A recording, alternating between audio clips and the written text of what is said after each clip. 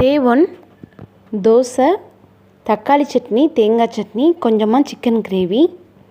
டே 2 கோதுமை தோசை, கருப்பு சுண்டல், தக்காளி சட்னி, தேங்காய் சட்னி.